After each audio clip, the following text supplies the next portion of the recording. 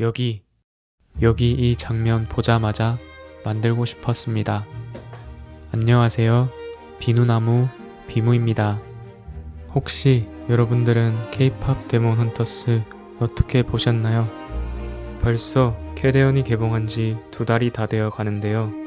아직도 간간히 캐대언 관련 이야기들이 끊이질 않는 걸 보면 인기가 대단한 것 같습니다. 지금 캐대언은 넷플릭스 영화 부문 역대 흥행 순위 4위에 올라 있다고 합니다. 누적 시청자 수는 무려 1억 5,800만 회. 이제 1,300만 회만 더 보면 역대 흥행 순위 3위인 레오나르도 디카프리오가 주연한 영화 돈룩겁을 뛰어넘는다고 합니다. 이렇게나 많은 분들이 봤다니 저는 원래 뮤지컬 같은 영화는 잘 안 봐서 안 보려다가 봤는데 엄청 꿀잼이었습니다. 특히 한국적인 부분이 곳곳에 녹아 있어서 조금 더 친근하게 봤던 것 같습니다. 김밥 먹는 루미, 컵라면 먹는 장면, 한의원 등등. 특히 한의원 장면들은 저도 보면서 피식 웃게 되더라고요. 제가 지금 만드는 건 더피와 항상 함께 다니는 이 까치. 공식 이름은 영화 속에서 안 나오지만 감독인 매기강님이 SNS에서 이름을 밝혔는데요. 이 까치의 이름은 바로 서씨. 항상 수상쩍은 눈길을 보내서 수상쩍다의 suspicious와 눈의 I를 합쳐서 서씨라고 이름을 붙였다고 합니다. 이외에도 서씨, 수씨, 수지 등으로도 부른다고 합니다.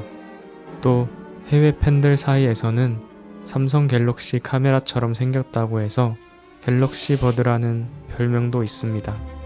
실제로 7월에 열린 갤럭시 언팩 행사에서 서씨와 콜라보 하기도 했죠. 감다살 삼성. 저는 서씨처럼 대사가 없는 캐릭터들을 좋아합니다. 가디언즈 오브 갤럭시에 나오는 그루트처럼요. 오히려 대사 없이 효과음이나 몸짓, 표정 같은 직관으로 웃고 공감할 수 있는 캐릭터가 매력적인 것 같더라고요.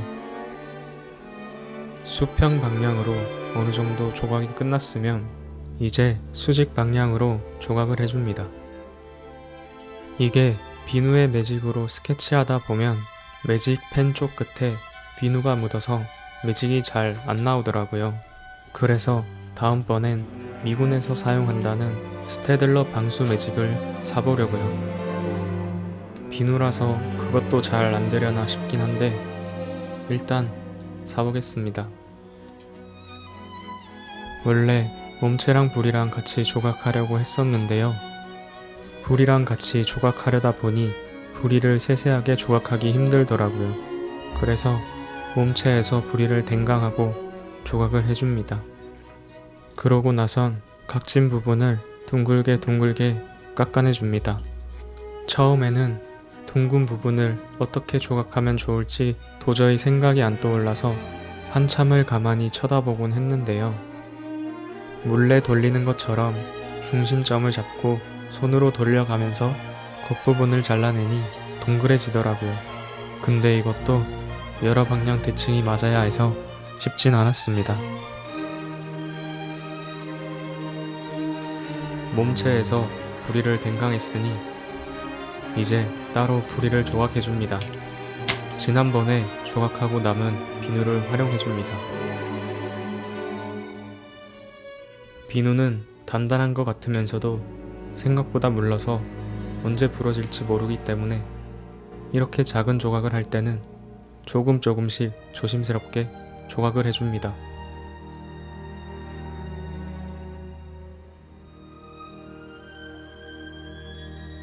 혀도 원래 불이랑 같이 조각하려 했으나 빠르게 손절하고 혀도 따로 조각하는 계획을 세워줍니다.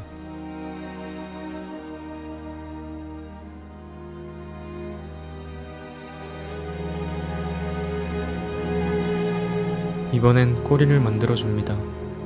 새의 꼬리는 비행을 할 때 공중에서 방향을 틀고 속도를 줄이고 안정적으로 착지하는 역할을 한다고 합니다. 특히 속도를 줄이고 착지를 할 때 부채꼴 모양으로 꼬리를 펼치는 게 참 인상적입니다. 그리고 재밌는 사실도 하나 있는데요. 꼬리가 손상되지 않고 온전할수록 짝을 만날 확률이 높다고 합니다. 반대로 꼬리가 손상되면 짝을 만나기 어렵다고 합니다. 밤이 늦어서 다음날 하려고 비닐에 싸놨었는데요. 꼬리가 사라졌네요.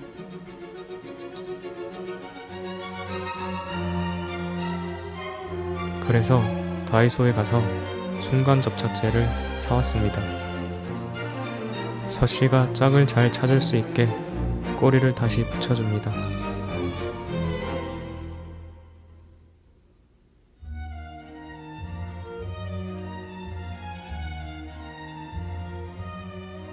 이번 서씨 만들면서 가장 오래 걸린 건 바로 이 갓입니다.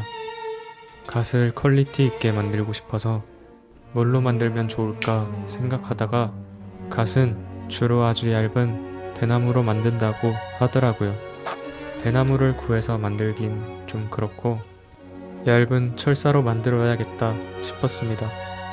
그렇게 옛날 사람 비니에서 철사로 갓을 만들기 시작했는데요. 실수였을까요? 여간 손이 많이 가는 게 아니었습니다. 이 갓은 사실 서씨 모자가 아니었다고 합니다. 영화에도 나오지만 진우가 덮이주려고 만든 모자라고 나오죠. 근데 서씨가 계속 가져가서 쓰고 다닌다고 합니다. 까치는 예로부터 행운과 복, 반가운 손님을 부르는 동물이었다고 합니다. 서씨는 조선시대에 유행한 호작도 그림을 모티브로 창작되었다고 하는데요. 호작도는 당시 조선 후기의 기득권을 풍자하는 그림이기도 했지만 집안 벽에 걸어 안녕을 비는 부적과 같은 역할도 했다고 해요. 호작도에서 호랑이는 권력을 가진 관리를 상징한다면 까치는 서민을 상징한다고 합니다. 캐대언 영화 속에서도 어벙한 덮이를 한심하게 쳐다보는 서씨가 나오기도 하죠. 실제로 까치는 지능이 높다고 합니다. 6세 아이의 지능 정도라고 하는데요. 그래서 눈이 6개인가? 어쨌든 동물들을 관찰하다 보면 우리가 생각하는 것보다 훨씬 똑똑하다는 걸 느낄 때가 많습니다. 그리고 서씨의 눈이 6개인 이유는 저도 모릅니다. 감독에 따르면 한국이나 아시아 전통 설화에선 보기 힘든 캐대언만의 고유한 캐릭터를 만들기 위함이었다고 합니다. 조각을 끝낸 뒤에는 표면을 매끄럽게 만들기 위해서 물티슈로 겉면을 닦아줍니다. 물티슈로 마지막에 닦아주면 울퉁불퉁했던 표면이 매끈매끈하게 윤기가 나고 남아있던 미세한 비누가루들도 닦여서 깨끗하게 사라집니다.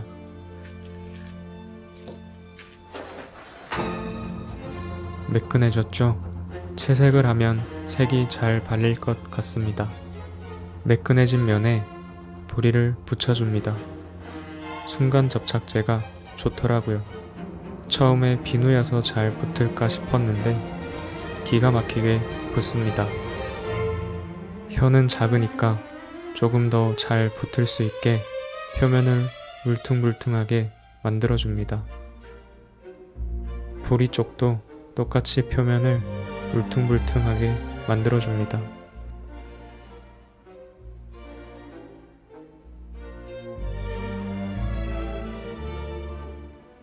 이제 갓과 몸체를 이어줄 갓끈을 만들어줍니다. 갓끈은 모자를 지탱해줘야 하기 때문에 철사를 여러 겹 겹쳐서 만들어줍니다. 갓에 먼저 갓끈을 붙여줍니다. 순간 접착제가 여기저기 잘 쓰여서 기분이 매우 좋습니다.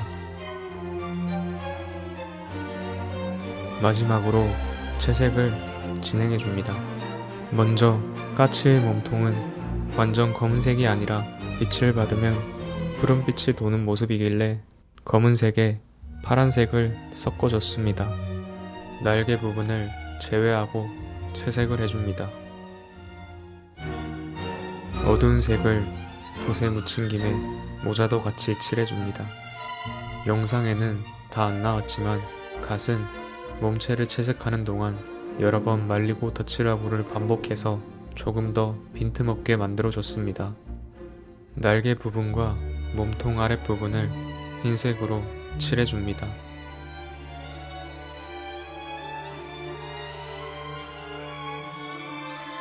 그런 다음 날개와 몸통 아래쪽에 있는 문양을 그려줍니다.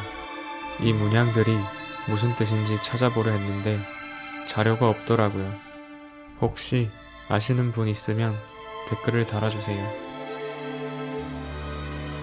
혀와 입 안 부분도 빨간색으로 칠해줍니다.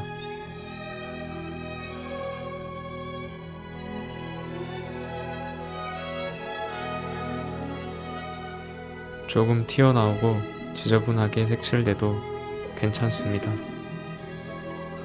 이렇게 검정색으로 다시 덮으면 되니까요. 이제 눈도 그려줍니다.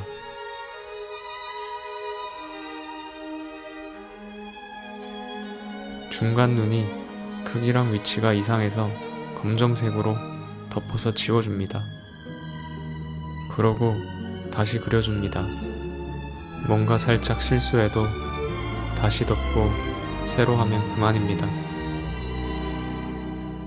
어두운 바탕에 밝은 색인 노란색을 올리다 보니 노란색을 한 번만 칠하면 색이 잘 나오지 않습니다.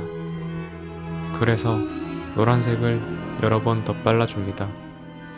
덧바르고 말리고 덧바르고 말리고를 반복해줍니다. 동공을 그려주면 거의 다 끝났습니다. 진짜로. 갓을 씌워주고 마지막으로 턱 밑에 각근을 붙여주면